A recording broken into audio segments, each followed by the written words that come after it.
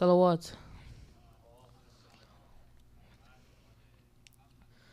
أعوذ بالله من الشيطان الرجيم. بسم الله الرحمن الرحيم. والنازعات غرقا والناشطات نشطا والسابحات سبحا فالسابقات سبقا فالمدبرات عمرا يوم ترجف الراجفة تتبعها الرادفة قلوب يومئذ واجفة أبصارها خاشعة يقولون أئنا لمردودون في الحافرة أئذا كنا عظاما نخرة قالوا تلك إذا كرة خاسرة فإنما هي زجرة واحدة فإذا هم بالساحرة هل أتاك حديث موسى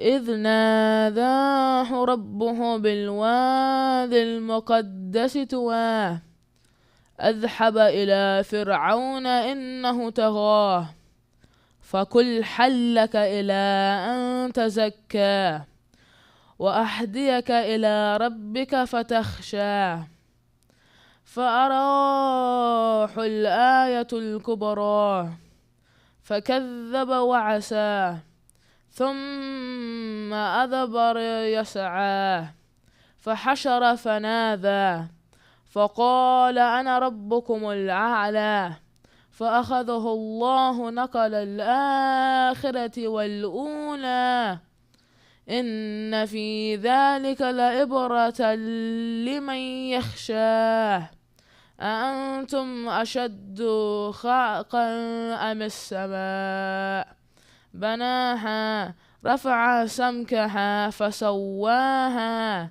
وأغطش ليلها وأخرج ضحاها والأرض بعد ذلك دحاها أخرج منها ماءها ومرعاها والجبال أرساها متاعا لكم ولأنعامكم فإذا جاءت الطامة الكبرى يوم يتذكر الإنسان ما سعى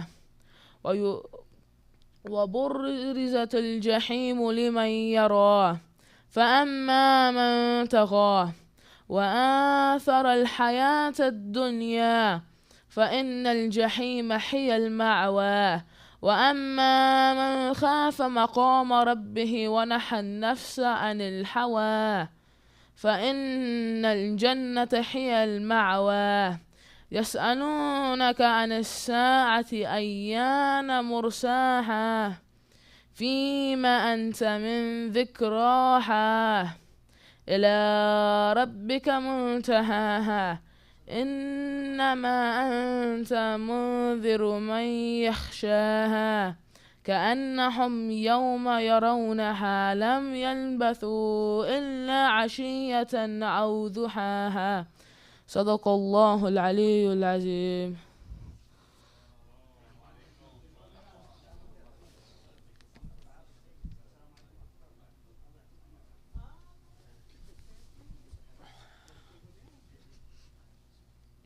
صلوات.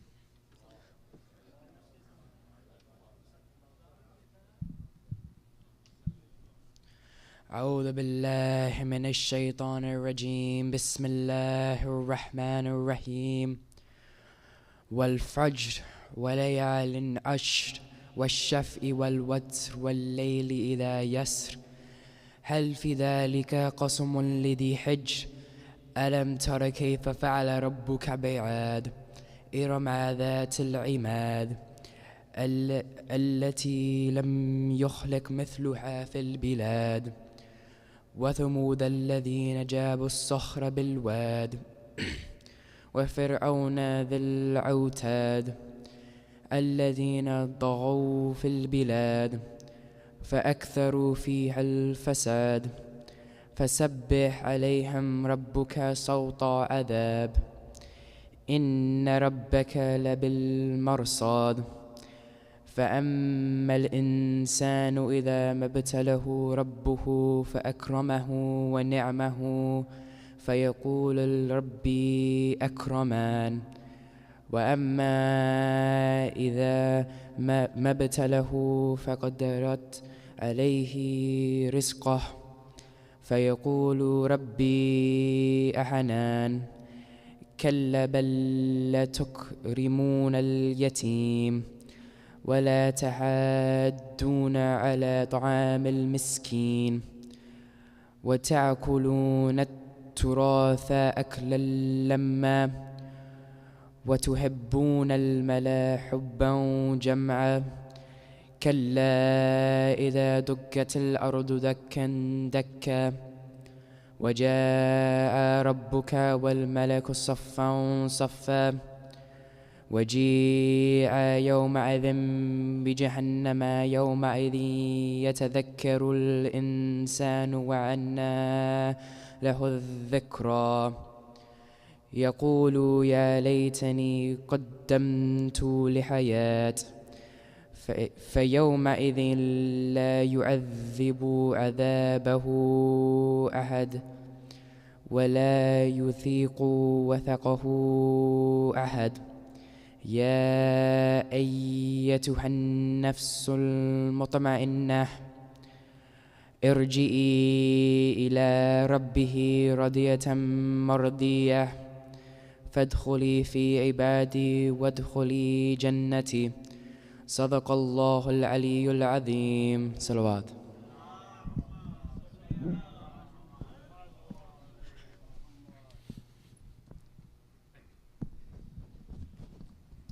Assalamu alaikum.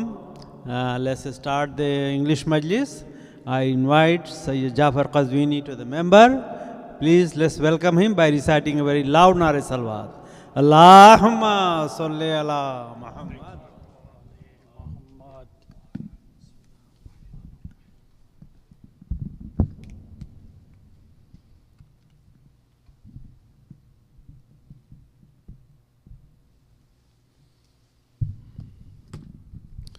السلام عليكم ورحمة الله.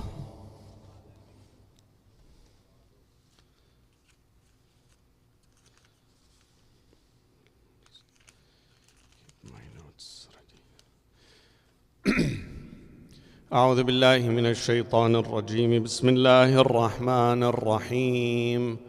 والحمد لله رب العالمين. صلى الله عليك يا سيدي ويا مولاي يا رسول الله. صلى الله عليك يا سيدي ويا مولاي يا أبا عبد الله. يا رحمة الله الواسعة ويا باب نجاة الأمة ويا عبرة كل مؤمن ومؤمنة. يا ليتنا كنا معكم سيدي فنفوز فوزا عظيما.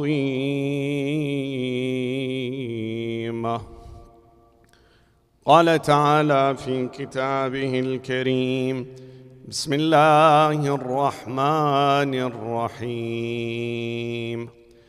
واعلموا أنما أموالكم وأولادكم فتنة وأن الله عنده أجر عظيم. صدق الله العلي العظيم. صلوا على محمد وآل محمد.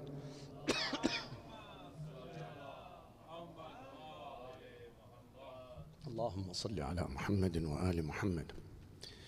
Unlike the rest of other living things, a human newborn requires years of upbringing, nurturing, socializing, and educating in order to be fully independent in their life.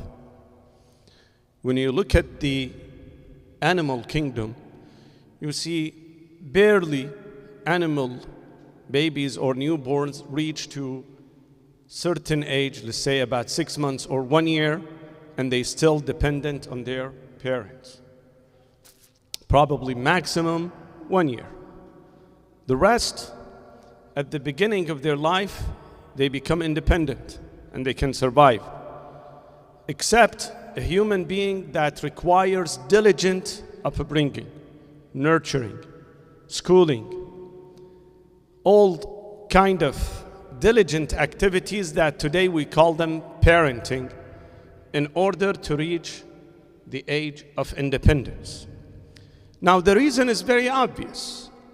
The rest of the animals have a very simple life, one-dimensional life. Nothing is required from them. They are ruled by their instinct.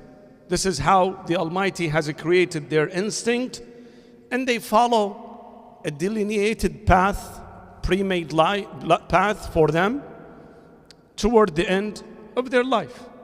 Therefore, nothing is special about their life, and therefore they reach the age of maturity soon.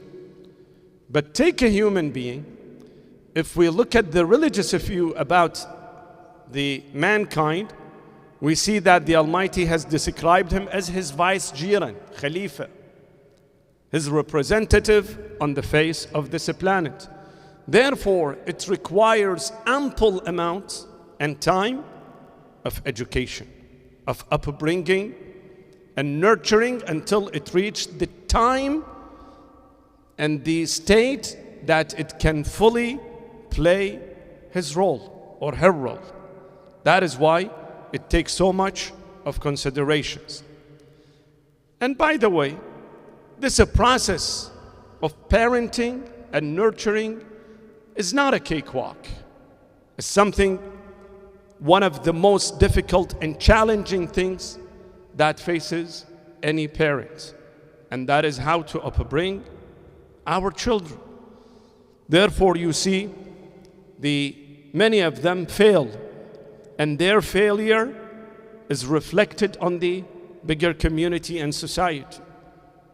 So much devastations, so much violence, aggressions, backwardness in the human society. One part of it because some parent somehow has failed to carry this mission. Otherwise, if every human member have done his job brightly and perfectly, we wouldn't have been seeing so much troubles around the world. Why? Because a human newborn, they are instinctively good. Goodness is deep rooted in them. They don't come to this world being an evil or bad behavior. It is the environment, the surrounding, the community that criminalize them. This is what the Prophet, peace be upon him, says. He says, كل مولود يولد على الفطرة فأبواه يهودانه أو ينصرانه أو يمجسانه. Meaning that every newborn is born righteous, clean, immaculate. But it is whether the family, the surrounding, the community, the society, somewhere, the peers, the school, somewhere, they, wash his brain and criminalize him. So the task of parenting is one of the most important yet difficult tasks that any parent will face. When you look at the Holy Quran, you see the Almighty stress so much on this fact and says that every parent, especially the believers, are tasked with such great responsibility that if they fail, their failure will be reflected on the entire society. It says, وَاعْلَمُوا أَنَّمَا أَمْوَالُكُمْ وَأَوْلَادُكُمْ fitna. What does fitna mean? Fitna means a great test. But this test is not for individuals. When somebody says fitna, meaning that the result of this test, if it's a failure, it will grab the entire society. The entire community have to pay for that mistake. Everyone will end up at loss. Therefore, the Almighty says that اعلموا وَاعْلَمُوا أَنَّ أَمْوَالُكُمْ وَأَوْلَادُكُمْ. Your children are the greatest test for you. In another ayah says, يَا أَيُّهَا الَّذِينَ آمَنُوا قُوا أَنفُسَكُمْ وَأَهْلِيكُمْ نَارًا وَقُودُهَا النَّاسُ وَالْحِجَارَةُ. Avoid the hellfire, not only for you, but for your children, for your family. Because the fuel of Jahannam is the human being. This is a greatest warning from Allah subhanahu wa ta'ala. So if we want to put parenting in a cultural perspective, the scholars say this. They say that parenting, it preserves the legacy, the heritage of the previous nations that get to us, and we have to pass it to the new generations. You see, the Almighty Allah subhanahu wa ta'ala created humanity in multiple cultures, multiple creeds, and schools of thoughts and behaviors. He did not collectively put a human being into one single nation. Rather, He created them in multiple nations. As the ayah says, لِكُلٍّ جَعَلْنَا مِنْكُمْ شَرْعَةً وَمِنْهَاجًا. Allah subhanahu wa ta'ala has ordained a code of laws and way of life for every nation. وَلَوْ شَاءَ اللَّهُ لَجَعَلَكُمْ أُمَّةً وَاحِدًا. He could have been easily made you into single nation, but He did not choose so. He made you into nations, and each nation has their own creeds, their own culture, their own heritage. So preserving the heritage is done through parenting. Today that we gather in such kind of majalis, in such kind of gathering, how did we get it? Did we only read the books? Or we heard the Prophet, peace be upon him, saying that come and get into such kind of majalis? Yes, we did, but through whom? It was our parents who brought us to such kind of majalis. Our elders. They carried their mission, they took it from their forefathers, they got it to us, and now it is our own responsibility to carry this mission to our next generation, and our children have to carry it to the generations to come.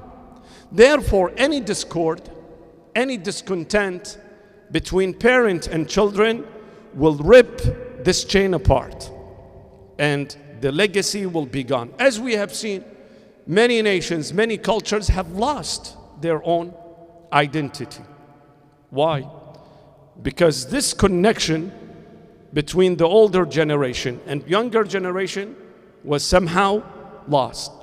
But Quran here emphasizes on this fact that you need to make sure that the legacy of Muslims, the heritage of Muslims, to be carried out to the next generation. My talk, I put the title about it, how resolving conflict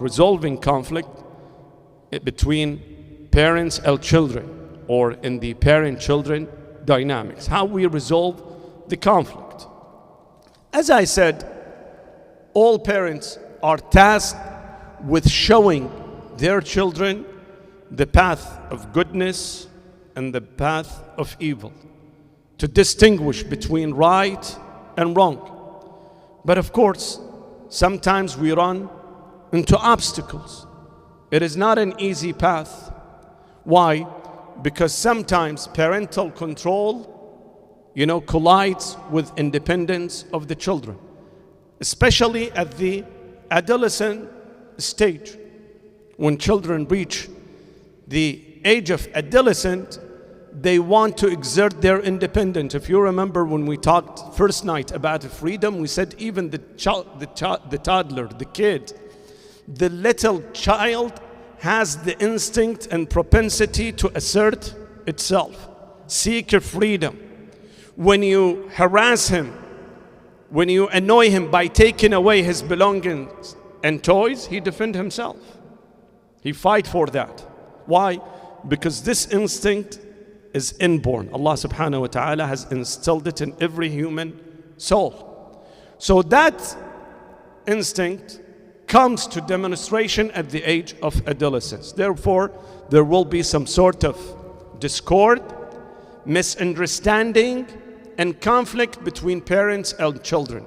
Is that normal? Yes, it is normal. In every household you will see conflict. But what is abnormal? The abnormal is that we cannot tell the root cause of it. We cannot understand it, and we cannot manage to overcome and mend the bridges between the older generation and the younger generation. Otherwise, misunderstanding always there. Because we are a human being, and each one of us have a free thought. And we have our own styles, and sometimes they contradict. But knowing the root cause and knowing how you solve those conflicts and problems is the key to successful life, to how to manage to take this legacy from one point to another. In my talk, I will be talking about 4 causes of conflict and 5 methods of resolutions after your big and loud salawat.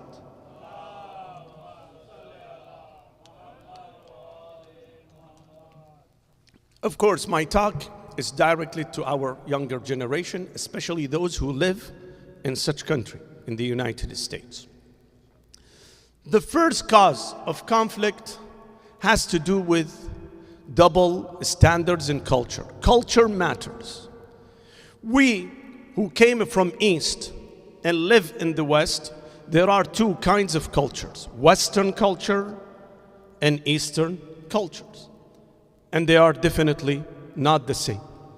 When you look at the Western culture, you see it is a pro-individualism. Always encourage people to express their individuality, their personal space, their personal freedom.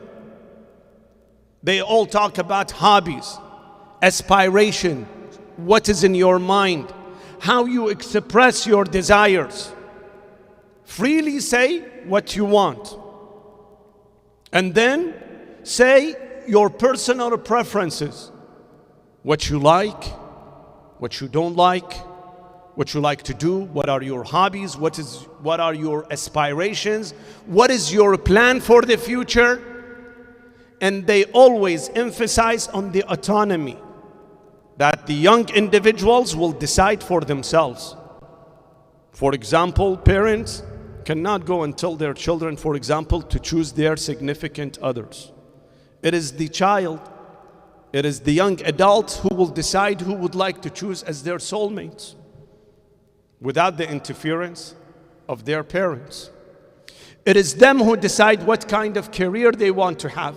Of course, maybe parents will encourage them, pave the way for such kind of career, but it is the child who will decide what to be. Whether to be an artist, an engineer, a doctor, anything that he would like, it is him who decides or her who decides. These are part of the Western cultures.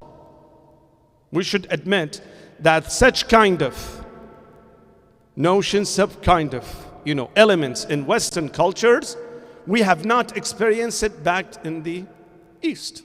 Tells you express your individuality. You have a privacy for yourself. You have a personal space. No one dares to invade your personal space. Have you seen, for example, going back to our own homeland, in the markets, in the masjid, in the shrine? For example, you go to the haram of Imam Hussein, you see how people bump into each other. and between going to Disneyland here. Do you see the difference? There's obvious difference. Why? Because here they tell you there is a personal space, and this personal space is very sacred. You cannot violate it.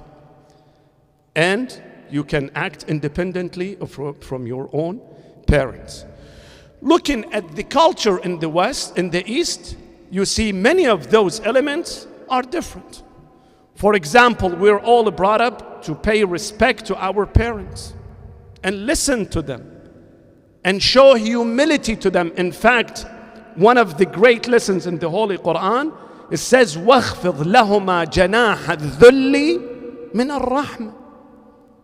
In front of your parents, show servitude. Be a servant to your parents, but not out of fear, rather out of love. Out of love and respect, show your servitude to your parents. When they talk to you, say, I'm your servant. Sure, right on my head. In the West, they tell you no. They are individuals and you are an individual. So here is one area of discrepancies. One thing that, we have noticed. The other point of differences is the gender equality. Here in the West, male and female enjoy same equal rights and entitlement and privileges. Though there is no difference between men and women, male and female children, for example. Even the adults. Once upon a time, men used to work and women used to stay at home. Nowadays, the whole notion has changed in the Western societies. Nowadays, some fathers have paternity leave from their work to help with their wives to upbring their children and stay at home and, do the nurturing of the children and schooling of the children. There is no difference between men and women. And that's why sometimes you see conflict between the family members, between the parents, on who leads the family. While back in our tradition, in the Eastern culture, the breadwinner is the male, despite the fact that so much changes have gone through, our nations have gone through, with the formation of the workforce, and today that many women have their own jobs. Also, this notion has changed in our societies, but still, the one who leads the family is the father, who's considered to be the breadwinner. And they enjoy so much privileges. The son will stay up until 1 a.m., 2 a.m. outside of their homes. When he comes back, neither parents would tell him, why did you stay out? But girls, God forbid, وَالْعَيَاذُ بِاللَّهِ أَسْتَغْفِرُ, they cannot stay out of, home for, let's say, after 9 or 10 p.m.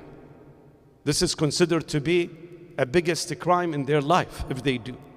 So these are discrepancies between this culture and that culture. When it comes to family structure, another difference is the family structure. Here we are used with the single parent family, which is also happening in our own countries as well. But then with these kind of filths that we see, with those, which I hate to mention on the pulpit, this rainbow community and the same-sex parenting and those things, that is not only run against the teachings of all religions, it is an abnormal behavior. If you go and check, there are so many respected doctors sitting here, and they can tell me if I'm saying this right or wrong. 40 years ago, 50 years ago, their medical textbooks would consider homosexuality as a syndrome, as a social and psychological disease that needs counseling, needs a visit of the doctor. The doctor would tell them, whether a psychiatrist or a psychologist, would counsel those people that this is an abnormal behavior. But today, not only it's becoming very normal in the society, they advocate for it. There is an agenda to push the entire Western culture and other cultures towards such kind of abnormal behavior that none of the members of animal kingdom do except a human being. You don't see this kind of thing in the animals. Although recently you see some so-called, peer-reviewed studies. Certain academia, they have done studies to show, for example, this in the monkey or other animals.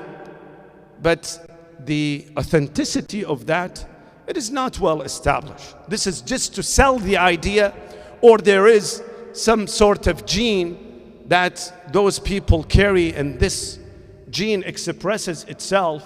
And well, all scientists say that some criminals, they have high amount of a special hormone.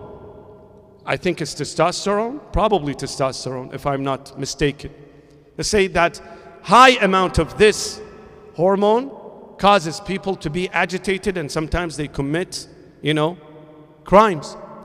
Would be any individual in front of the court, in front of the judge, say, Your Honor, I have a problem with my, testosterone level. It went so much, and I ended up killing. Would that be accepted?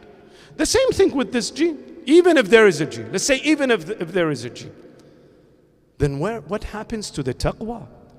What happens to self-preservation? What happens to our self-control? We are a human being, we're not animals. So you see, unfortunately, that kind of idea is becoming, more and more common in these countries. And unfortunately, it has leaked also to our own, societies back at home. But inshallah, they will not succeed. So one problem with the family structure. On the other side, you see there is domestic violence, aggression, especially oppression of the females in our Eastern societies. Mostly in the form of domestic violence, where one parent attack the other, denigrate the other, humiliate the other. Those all will have terrible reflection and bad result, horrible result on the spirit, on the emotions of the children. That's why you see so much deviation is due to the fact that this family is a broken family. When there is violence, when the kids every day see that one parent, whether it's the father or mother, attack the other one, denigrate the other one, badmouth the other one, oppresses the other one, that will give them, anguish, trouble. They cannot concentrate. I remember when we were students, we used to have, couple of those wonderful students, bright students, but sometimes they could not function well. One day, one of them went to the teacher and said, I cannot. Every day that I want to study, I see there is a fight between, parents. My father kicks my mother outside of the home, and we have to go outside. We don't know where to go. So these are all reflected bad on the family, and the family becomes disintegrated. This is the third kind of conflict that we see. And the fourth one, as it is called, and this is for the new generations, it is the digital influence. Everybody knows what is the digital influence.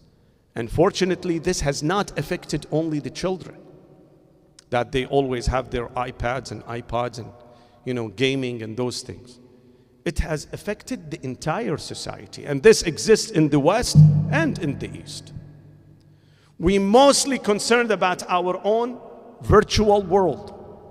Family gather all together at the dinner table, but each one, from the father to the mother to the children, each have their own digital devices, and they are in their own world, oblivious of what is going on in their surroundings.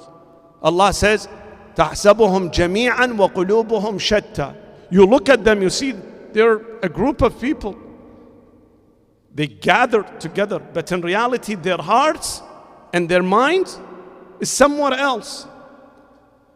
For example, for me, instead of to work on my family ties, my friendship with others, socialize with my colleagues, with my brothers and sisters, we go, have good relationship in the masjid, we only concentrate on the virtual, world, on Facebook, and how many likes I have received, and how many followers I have on my Twitter or X right now, and how many people, give me emojis and give me good comments when I say something.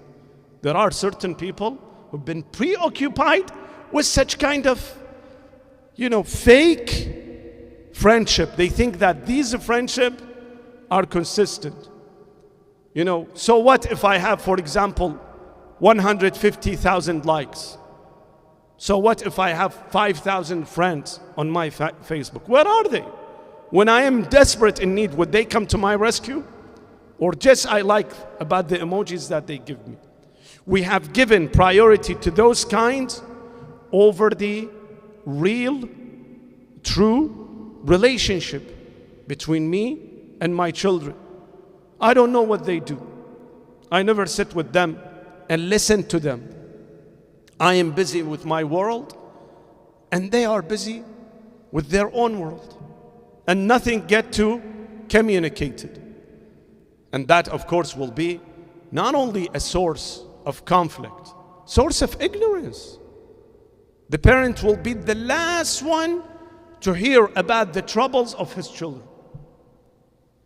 Their colleagues know, their friends know, the family, the neighbors know, everybody knows except the parent. He doesn't know what has happened with his children. Why? Because of this new lifestyle that we have adopted. And this is the problem with the new technology, with the new generations, unfortunately. That has leaked also to the adults. There are people who get panicked, terrified if you take away their iPhones. Let's say for one hour, 2 hours. They get panicked. Why? So much reliance on this internet and digital world. So those were the 4 things that cause conflict, misunderstanding, trouble between the parents and children. What should we do? Inshallah, we'll be talking about that after your big and loud salawat.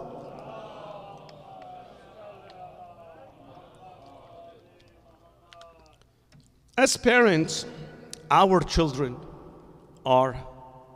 we are duty bound toward them. They are our assets. They are our, part of our flesh. They have rights in the same manner that parents have right over their children, and their children should show respect and care toward them and should not abandon them. In the same manner, parents have also duties and responsibilities toward their children. Here Imam Zayn al-Abidin alayhi salam has put, Allahumma salli, has put the rights of children in those beautiful sentences. He says, وَحَقُّ وَلَدِكَ أَنَّكَ تَعْلَمُ أَنَّهُ مِنْكَ وَمُضَافٌ إِلَيْكَ. One right of your child that you should know that he's part of your flesh and he's an addition to you. Inseparable.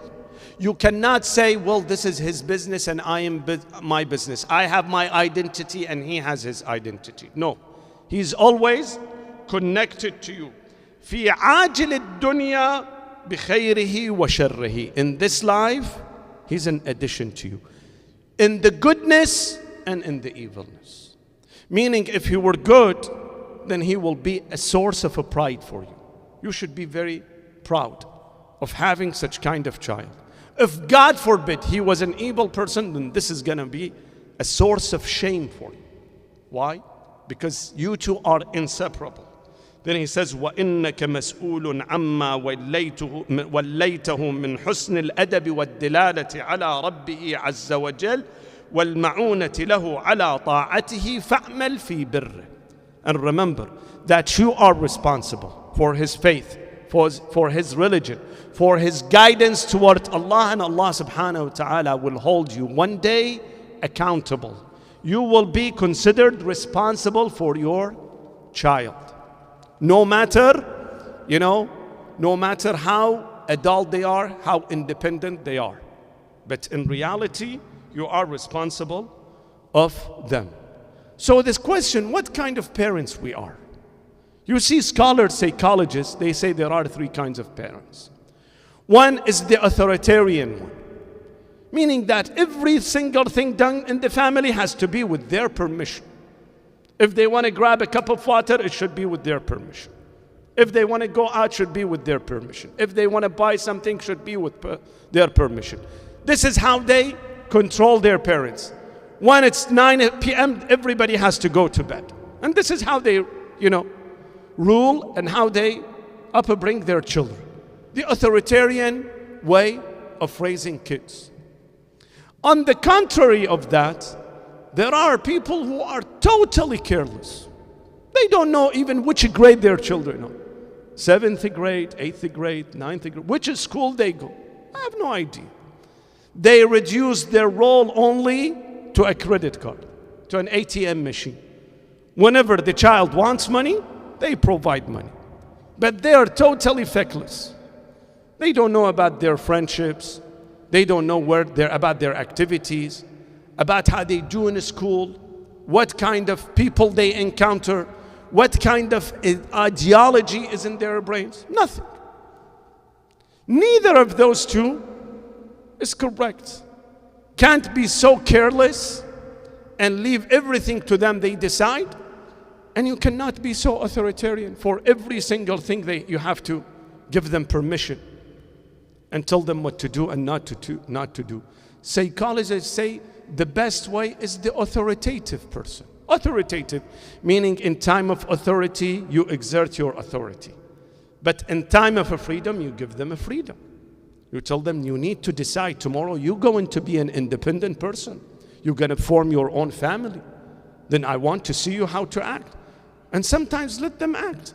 If it's not against religion, if it's not against the rule of Allah, let them act, even if they make a mistake. So what? At the age of driving, he reaches 15 or 16, I don't know what is the age of that they permit to get a license. Let them get a driving license. Run into accident? Maybe they run into accident. But look at the positive area, that they reach independence quickly. Let them think for themselves 1 second. Let them choose, desire, sit with them, ask them, what are your goals in life? See what they say. So, here are the parental guidelines. What should we do? Out of those, if we want really to reduce the conflict, those psychologists say the first thing, listen to your children. Sometimes we do not listen. We hear them, but we don't listen to them. There is a difference between hearing and listening. Listening, you need to find out what exactly goes in their minds.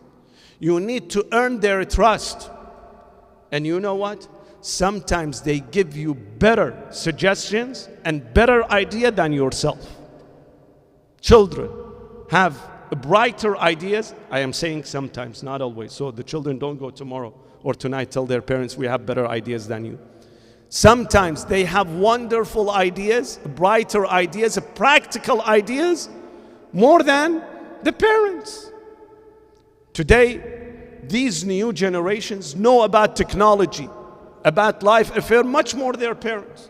If I want to reserve something for a car, for a hotel, for a travel, the first thing I pick my phone and call my son.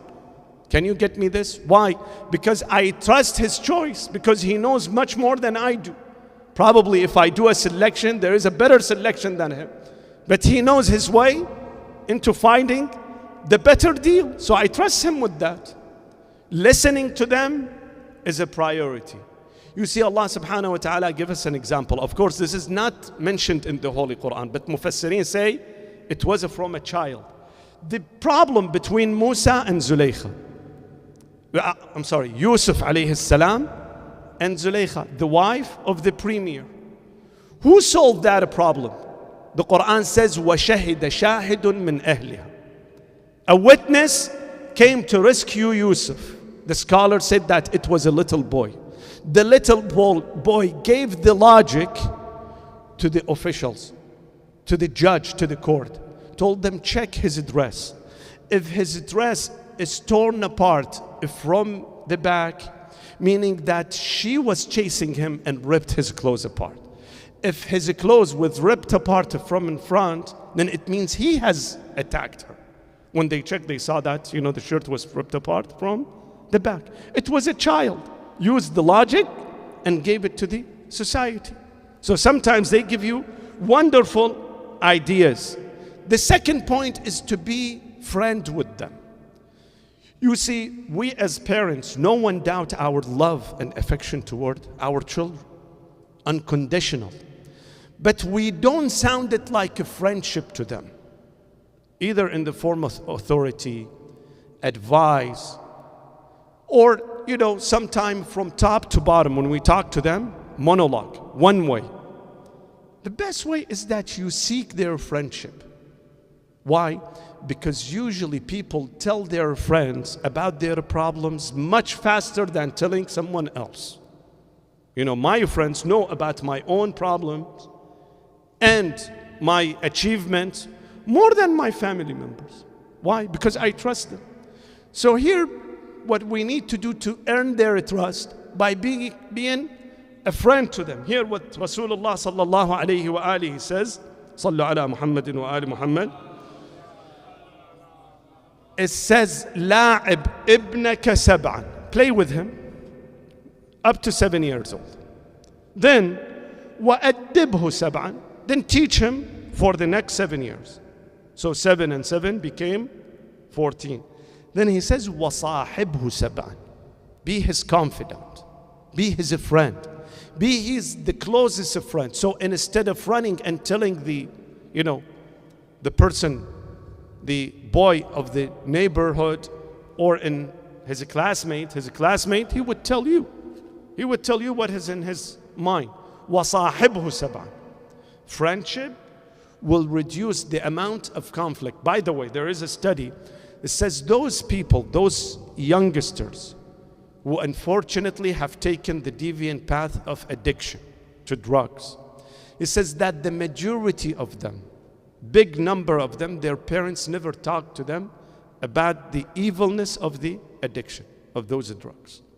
While when you talk to your children, when you advise them, no matter how is the relationship, one thing that children have in their parents is the trust. When they hear it from their parents, they trust them.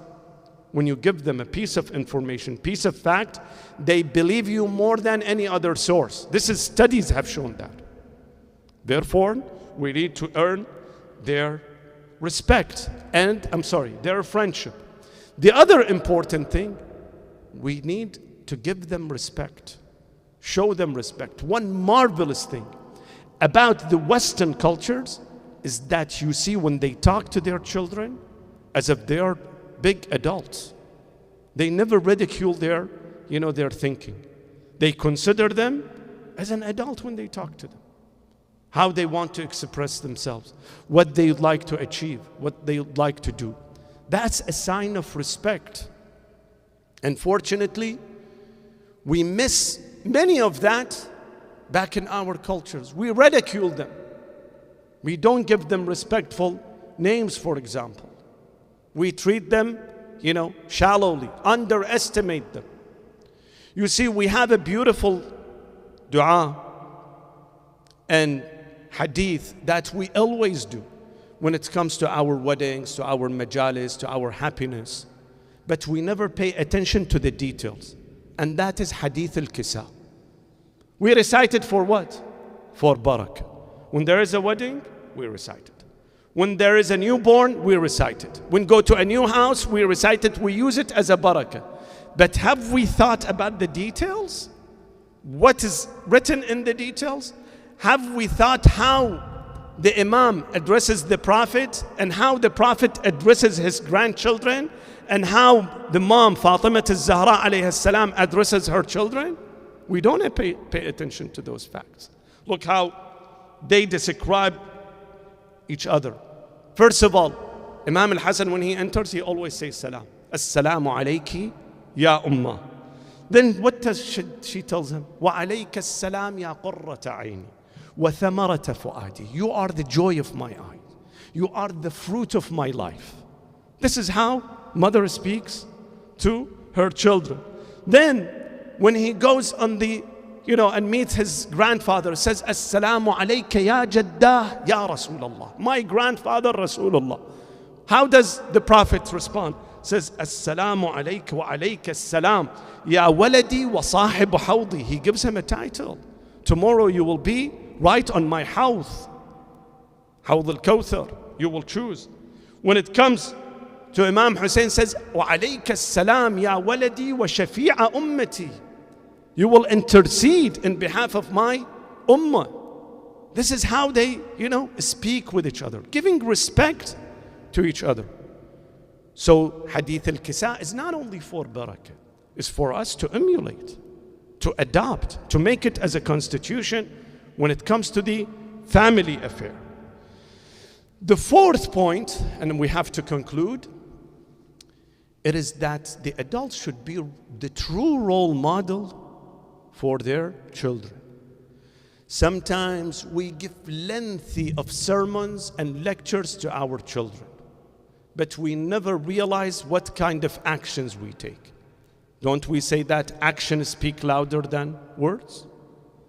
Sometimes for hours, we tell our children to be honest, to be truthful, not to lie, not to do something bad.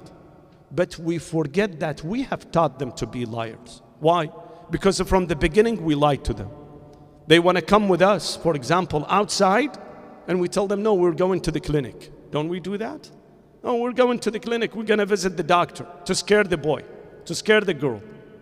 What did we teach them? Being, ingenuine, not being an honest person.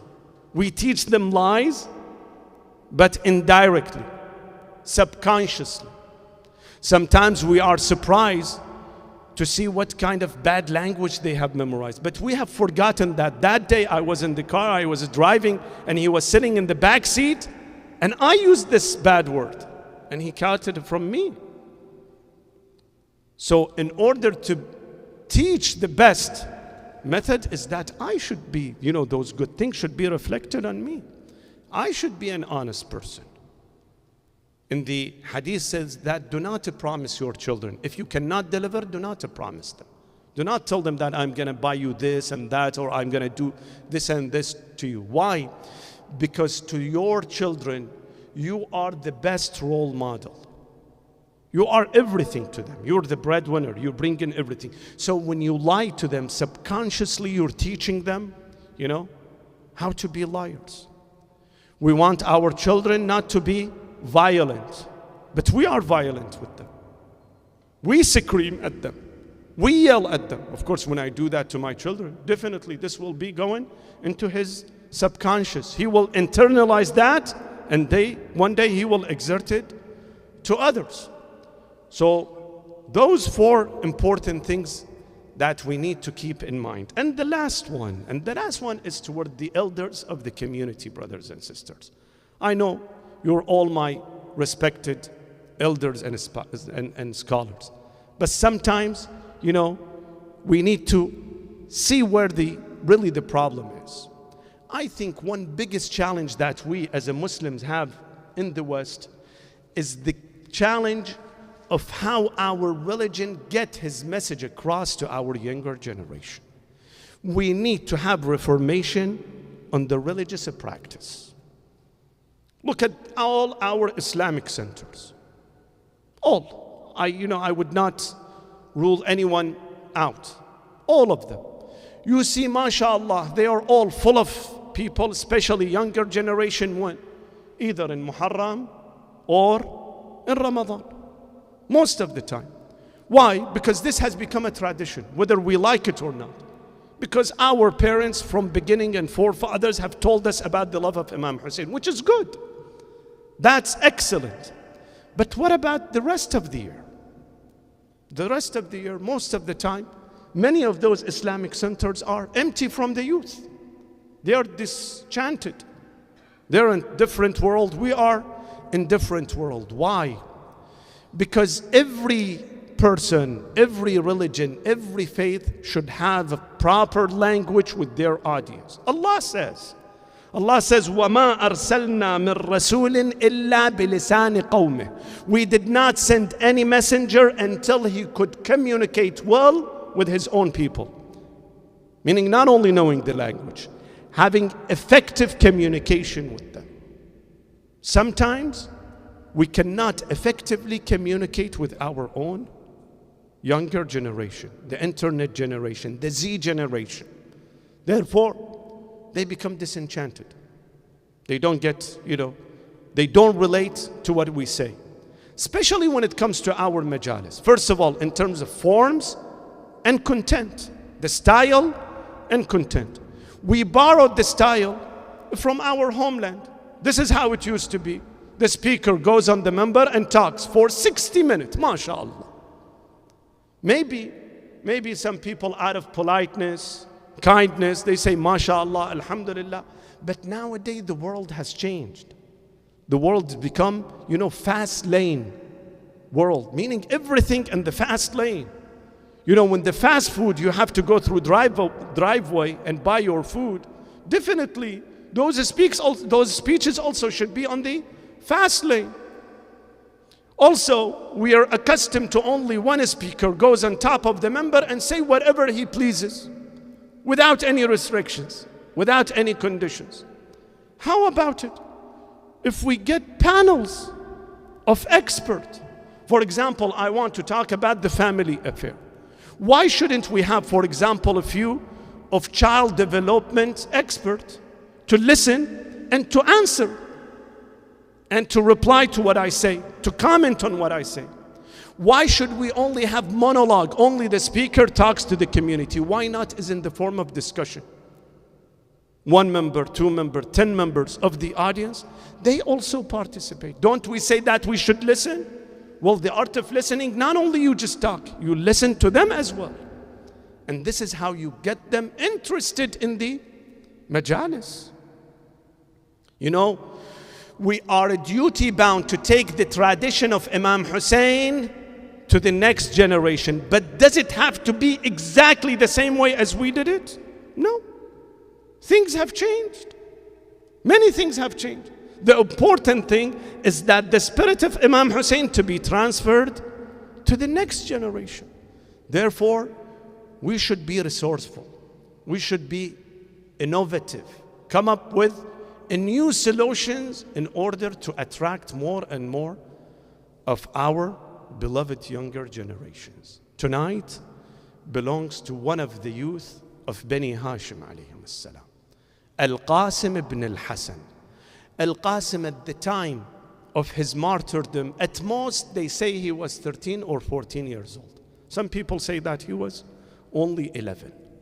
Al-Qasim was the second child of Al-Imam al-Hasan alayhi salam. On the eve of Ashura, when the Imam assured everyone that will be massacred, everyone will be killed, Qasim was sitting. When the Imam finished his story, Qasim said, وَأَنَا مِنْهُمْ يَا عَمْ, I am part of this group that will be massacred. The Imam wanted to test him to see, what would be his feeling. He told him, كيف الموت عندك يا بني? How do you feel about death? Look at his answer. He says, والله يا عم في نصرتك أحلى من العسل. Defending you is sweeter than honey to me. On the day of Ashura, Imam Hussein didn't want Al-Qasim to come out until he saw him wearing 2 pieces of cloth, like shroud, like kafan. He came to the Imam and seeking permission. He told him, Ya ibn akhi, my nephew, you are the memory of my brother Hassan. I hate to ask you to go to the battle. What's your mom is going to say? He said, Wallahi ya am, my mom has sent me to defend. My mom has asked me to seek permission from you and to go to the battle. After a while, when they all, decided, eventually had no choice but to go to the battle, Imam Hussein wept and told him once more, go to those ladies. They're waiting for you. Let them, they bid farewell to you. When he entered the camp, his aunt, his mother, his sisters all gathered to him and telling him, Qasim, when you go to the battle and you meet Rasulullah, send our salam to Rasulullah. Qasim, the 13-year-old boy, goes to the battle heroically, so with a bravery, with courage, goes to fight. As he fights, he recites, these pieces of poetry. He says, إن تنكروني فأنا نجل الحسن صبط النبي المصطفى والمؤتمن هذا الحسين كالأسير المرتهن بين أناس لاصقوا صوب المزن. As he fights, all of a sudden his shoelace, breaks up. One is cut off without paying any attention to the amounts, to the multitudes of the enemy. He goes to fix his shoelace. One of those wickets, Amr ibn Sa'd ibn Nufayl al-Azdi, dealt a blow to his head. This little boy collapses from his horse to the ground. He says, Assalamu alayka ya Ammah adrikni. Oh my uncle, I need your rescue, I need your assistance. Imam Hussein comes to him. As he is weeping and crying, he says, بني عز على عمك أن تدعوه فلا يجيبك أو يجيبك فلا يعينك أو يعينك فلا يغني عنك. It is so difficult for your uncle that you call him, but he cannot answer you. Or if he answers you, he cannot assist you. If he can assist you, but there is no benefit of his assistance. Then he says, بُعْدًا لِقَوْمٍ قَتَلُوكَ وَمَنْ خَصْمُهُمْ يَوْمَ الْقِيَامَةِ جَدُّكَ وَأَبُوكَ. Then he says, هَذَا يَوْمٌ وَاللَّهِ كَثُرَ وَاتِرُهُ وَقَلَّ نَاصِرُهُ. They take the boy to the tent.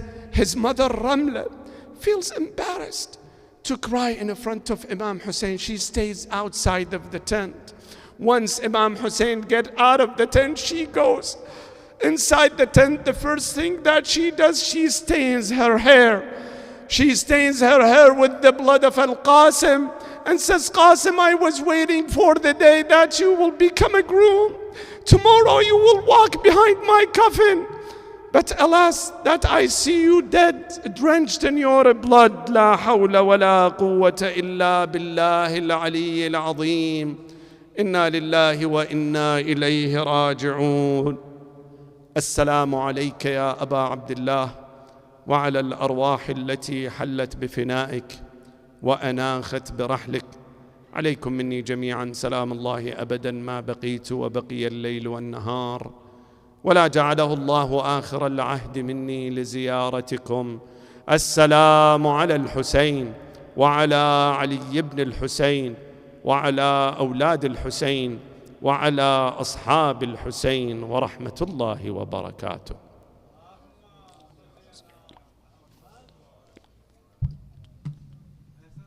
Thank you.